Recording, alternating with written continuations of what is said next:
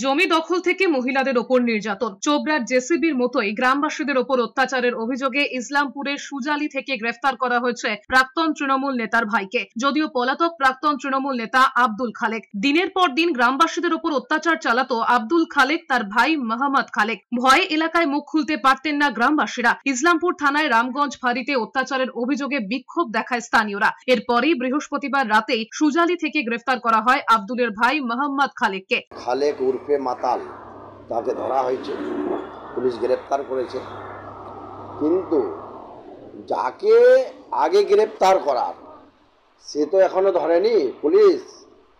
পুলিশের কাছে আমাদের আস্থা আছে যে যেই মছলিটা পুরা পুকুরটাকে নোংরা করেছে সে যদি ধরা পড়তো তাহলে আমি খুশি মানাতাম।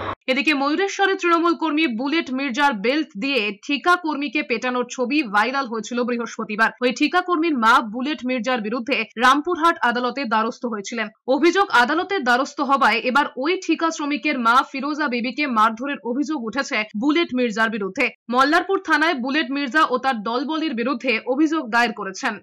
এই ভিডিওটা আজকের নয়, 2 মাস আগেকার ভিডিওটা পোস্ট আমি করেছি, কিন্তু এখনকার নয়, 2 মাস আগেকার ভিডিও। এই ভিডিও নিয়ে কেউ উত্তেজিত করো না, এমন কিছু নয়। আর নঈম শেখ কেমন ছেলে এটা বীরভূম ডিস্ট্রিক্টের সবাই জানে, বর্তুলগ্রাম অঞ্চলের সবাই জানে। বোম্বাই মারধর, বোম্বাই অটোতে বাড়ি গেছিল, ওরা 15-16 জনা ধরে ওকে নিয়ে গিয়েছে, নিজের রুমে ভরে মারধর, যেটা মোবাইলে দেখলাম।